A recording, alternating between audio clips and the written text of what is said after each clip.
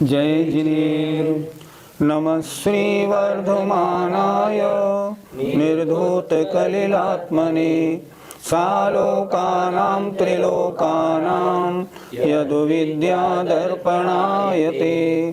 पंच परमेष्ठी भगवान की जय हो। सामायिक के बारे में चर्चा हो रही है। श्रावक के 5 अणुव्रत, 3 गुणव्रत और 4 शिक्षाव्रत। 4 शिक्षाव्रतों में आचार्य सुमंतभद्र महाराज ने पहला शिक्षाव्रत माना है देशावकाशिक, दूसरा माना है सामायिक शिक्षाव्रत।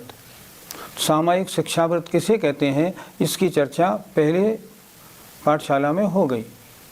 अब आगे आज चर्चा हो रही है सामायिक में कैसे रहना चाहिए, मतलब किस स्थिति में सामायिक करें। आइए श्लोक देखते हैं। मूर्धरुह मुष्टिवासो बंधम पर्यंक बंधनम चापि स्थानमुपवेशनं वा समयं जानन्ति समयज्ञाः। बोलिए। मूर्धरुह मुष्टिवासो बंधम पर्यंक बंधनम चापि स्थानमुपवेशनं वा समयं जानन्ति समयज्ञाः। सामायिक करे तो उस समय कैसा रहे। अगर मान लो केश बाल लंबे हैं और हवा में उड़ रहे हैं, ये उड़ते रहेंगे तो सामायिक में मन नहीं लगेगा, इसको बांधो। इसके बाद मुट्ठी, अगर हाथ खुला हुआ है तो नहीं बंधेगा, उसको मुट्ठी को एक के ऊपर एक रखो। तीसरी बात वस्त्र अगर हवा में उड़ रहे हैं तो मन में विकल्प उठेंगे, इसलिए कपड़े को बांध के रखो। इसके बाद पालथी के आसन में बैठें या किसी अन्य आसन में एक स्थान पर बैठकर सामान्य आसन लगाकर, इस तरह बैठकर जो समय के जानने वाले महापुरुष हैं इन परिस्थितियों को सही समय सामायिक के योग्य समय जानते हैं। सामायिक करना है तो इस तरह सामायिक करो।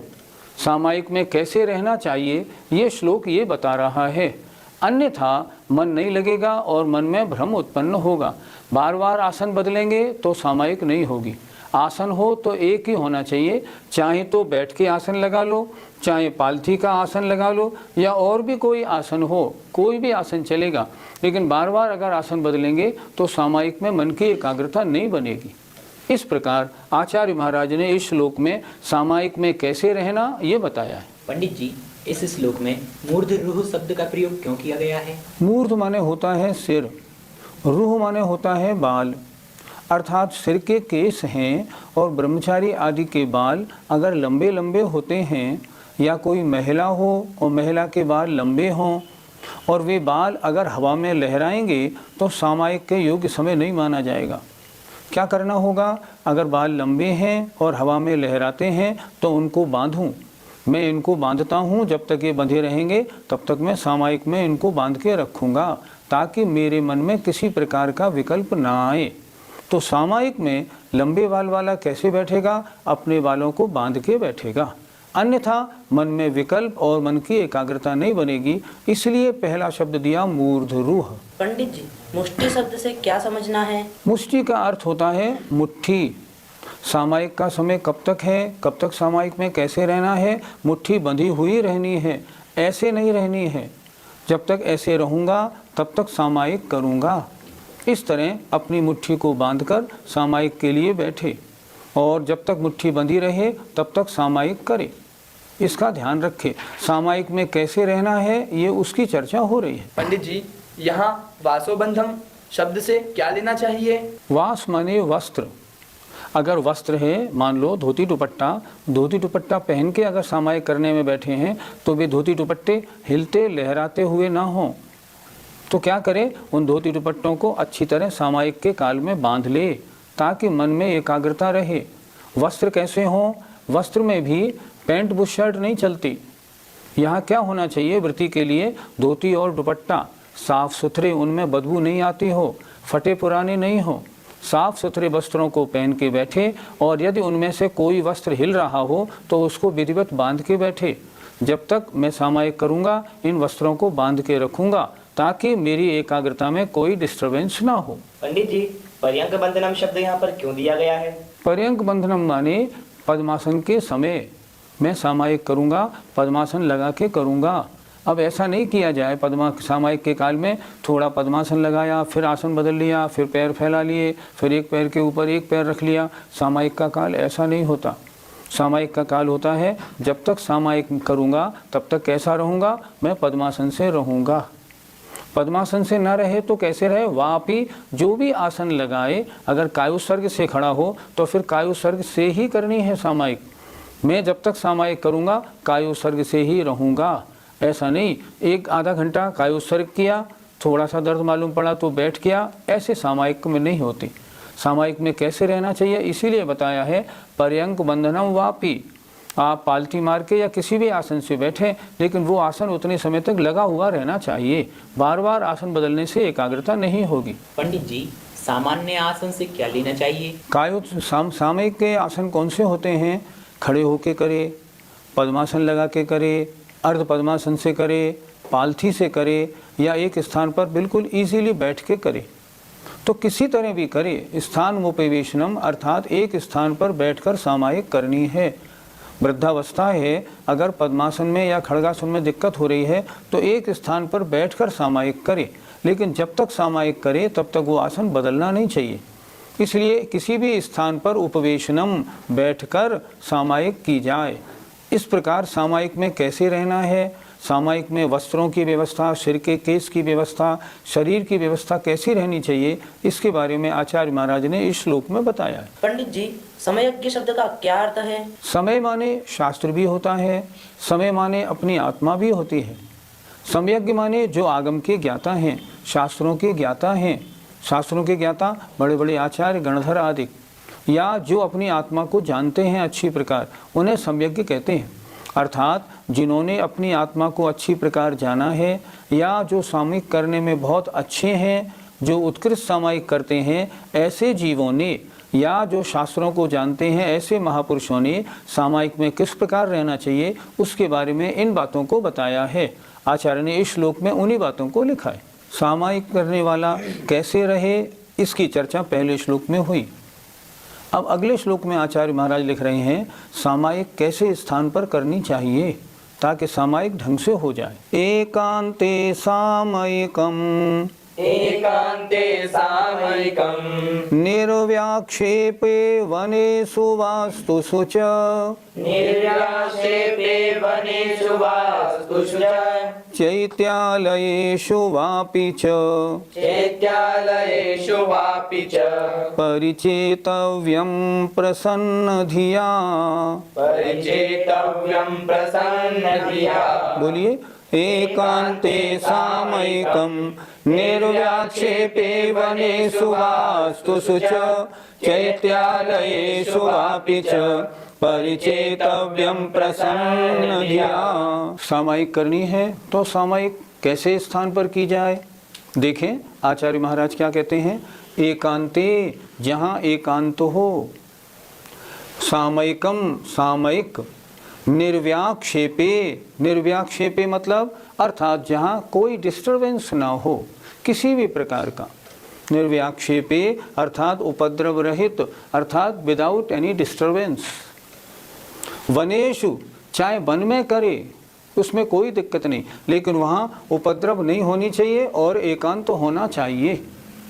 वास्तुषु, घर में सामयिक की जा सकती है कि नहीं? क्यों नहीं की जा सकती?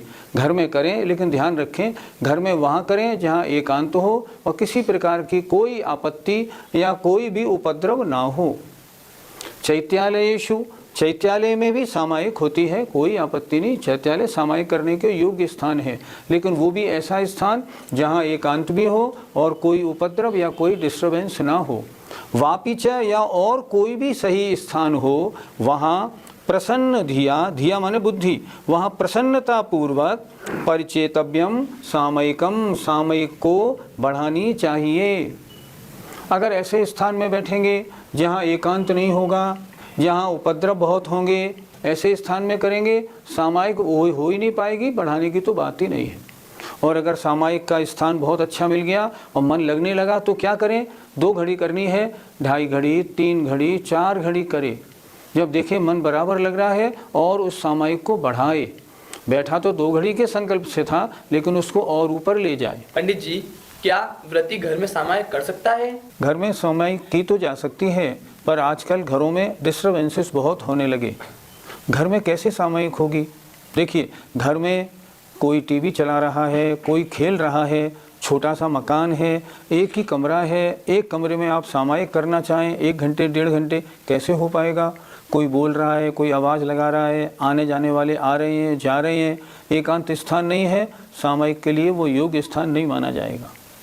हाँ, मान लो आपके मकान में बड़ा सा मकान है या कई कमरे हैं, या घर में आप 2 प्राणी हैं और कोई भी नहीं है, या नीचे मकान है, आपका कमरा व्रती है, आपका कमरा ऊपर बिल्कुल सेपरेट है, तो उसमें शांतिपूर्वक एकांत स्थान में अगर आप सामयिक करेंगे तो आपका मन लगेगा।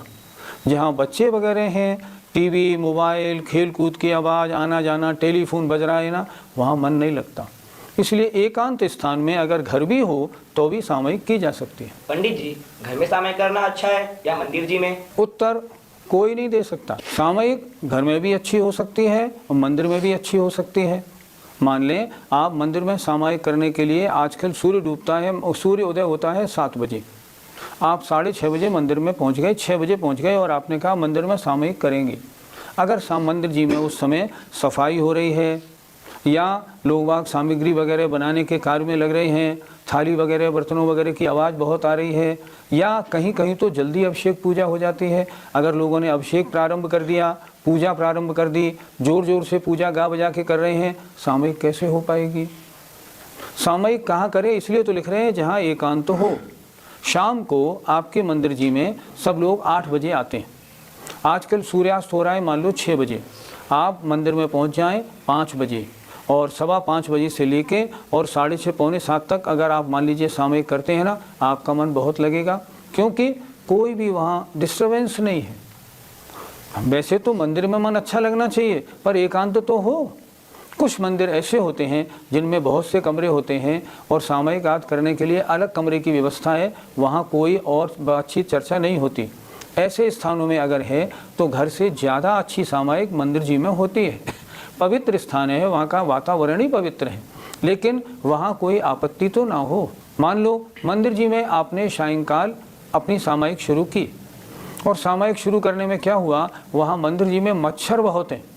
अब जब मच्छर बहुत हैं और भुन-भुन करेंगे और काटेंगे तो आपका सामयिक में मन कैसे लगेगा? क्या शब्द दिया? निर्व्याक्षेपे, जहाँ पर कोई उपद्रव ना हो। उपद्रव बहुत तरह के होते हैं। उपद्रव, अन्य पूजा करने वाले जोर जोर से बोल रहे हैं, ये भी एक उपद्रव है। सामयिक के लिए तो उपद्रव ही है। अगर वहाँ मच्छर वगैरह बहुत हैं, वहाँ आसपास में हल्ला शोर बहुत है, तमाम नीचे गाड़ी जा रही है, मेन रोड है, और ऊपर अगर आप सामयिक करेंगे तो उपद्रव है, हॉर्न बज रहे हैं, आवाज़ें लग रही हैं, कहीं लड़ाई झगड़ा हो रहा है तो भी नहीं लगेगा। इसलिए एकांत स्थान में करें, और जहाँ किसी प्रकार का कोई भी डिस्टर्बेंस, आपत्ति या व्यवधान ना हो, ऐसा स्थान चुनें। स्थान मंदिर अच्छा है बशर्ते कि वहाँ एकांत और कोई भी दिक्कत ना हो। पंडित जी, क्या जंगल सामायिक के लिए योग्य स्थान है? जंगल कैसा है ये इस पर डिपेंड करता है। अगर ऐसा जंगल है जहाँ हिंसक जीव जंतु हैं, सामयिक के लिए योग्य स्थान नहीं है। क्योंकि अगर आपने सामयिक की और वहाँ किसी जीव जंतु ने आपको डस लिया, काट लिया, तो बहुत मुश्किल हो जाएगी। मुझे याद आता है एक प्रसंग, जब आचार्य श्री का संग देवगढ़ गया था तो एक महाराज आहार के बाद जंगलों में चले गए थे, और वो 6 घंटे तक जंगल में जाके बियावान जंगल में उन्होंने 4-5 घंटे सामयिक की। लौट के बड़ी प्रसन्नता से आए। यहाँ पूरे संघ में चर्चा रही कि ये मुनि महाराज कहाँ चले गए। जब लौट के आए तो आचार्य जी ने पूछा कहाँ गए थे? महाराज मैं अंदर जंगल में चला गया था, तरह तरह की जानवरों की आवाज़ आ रही थी, मैं ऐसे बियावान जंगल में चला गया 4-5 किलोमीटर अंदर, वहाँ मैंने ध्यान लगाया, वहाँ से लौटा हूँ। आचार्य जी ने बोला क्यों गए? अगर कोई जानवर, बिच्छू, सांप काट लेता, कोई लोमड़ी शियार दांत मार देती, मांस नोच लेती तो क्या होता? चलो प्रायश्चित्त लो। आचार्य जी ने प्रायश्चित्त दिया।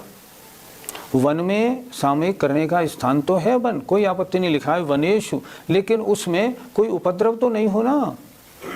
अगर ऐसा है वन शांतपूर्ण है, आराम से, जहाँ कोई आपत्ति नहीं है और शांति है तो ठीक है। एक और विशेष बात, हमने आचार्य जी से पूछा, महाराज सामयिक के लिए स्थान कैसे हो? तो आचार्य जी ने कहा, पहला स्थान तो अपने में देखो। अगर तुम्हारे मस्तिष्क में कोई विकल्प नहीं है, कहीं भी बैठ जाओ सामयिक हो जाएगी। और मन में विकल्प भरे हैं तो चाहे तुम हिमालय पे चले जाओ, चाहे संवेद शिखर की टोंक पे चले जाओ, तुम्हारा मन कहीं नहीं लगेगा। तो सबसे पहली चीज़ क्या है, स्थान तो बाहर देखा जाता है, लेकिन असली चीज़ क्या है, अपना जो मस्तिष्क है ना, वो किसी भी विकल्प से रहित होना चाहिए। अगर विकल्प से रहित है तब उसमें ध्यान लगाने की योग्यता बनती है और तब सामयिक अच्छा होता है। पंडित जी, क्या व्रती ट्रेन में सामयिक कर सकता है? सोचो, क्या ट्रेन में एकांत है?